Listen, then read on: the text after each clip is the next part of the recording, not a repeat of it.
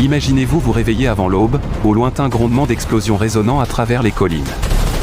Les rues sont silencieuses, les volets fermés, et les chuchotements remplacent les conversations ordinaires.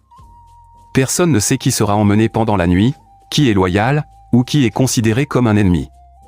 La peur circule plus vite que les nouvelles, et la suspicion se lit dans chaque regard. Cette atmosphère de tension et d'incertitude marque le début de ce qui deviendra la guerre d'Algérie, 1954-1962, un conflit qui mit fin à plus d'un siècle de domination française et transforma profondément les deux nations. La France envahit l'Algérie en 1830 et l'intégra progressivement à son territoire. Au milieu du XXe siècle, environ 1 million de colons européens, appelés Pieds Noirs, vivent en Algérie. Les Algériens musulmans, majoritaires, disposent de droits politiques limités. Les confiscations de terres, les inégalités économiques et l'exclusion politique alimentent le ressentiment. Après la Seconde Guerre mondiale, beaucoup espèrent des réformes. Au contraire, la répression violente, notamment les massacres de Sétif et Guelma en 1945, convainc les nationalistes que l'indépendance ne viendra peut-être que par la force. Lors d'une nuit appelée plus tard la Toussaint Rouge, le Front de Libération Nationale, FLN, lance des attaques coordonnées à travers l'Algérie. L'objectif est clair, l'indépendance.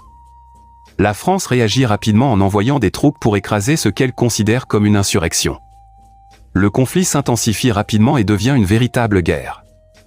Contrairement aux guerres traditionnelles, le conflit brouille la frontière entre champs de bataille et vie civile. Les combattants du FLN opèrent dans les montagnes et les zones rurales, utilisant embuscades et sabotage. Bombes et assassinats frappent les villes, notamment lors de la bataille d'Alger, 1956 et 1957, apportant la peur au cœur de la vie quotidienne.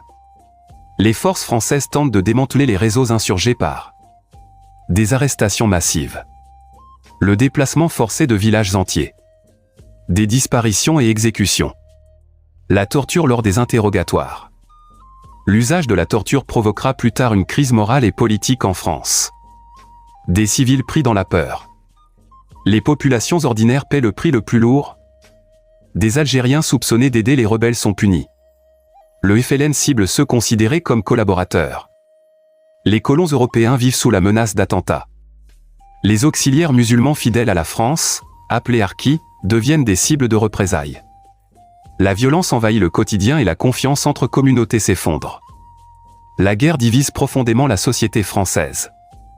Les révélations sur la torture et la répression choquent l'opinion publique.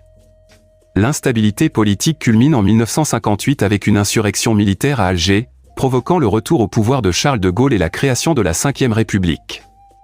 D'abord ambigu, de Gaulle s'oriente progressivement vers l'autodétermination.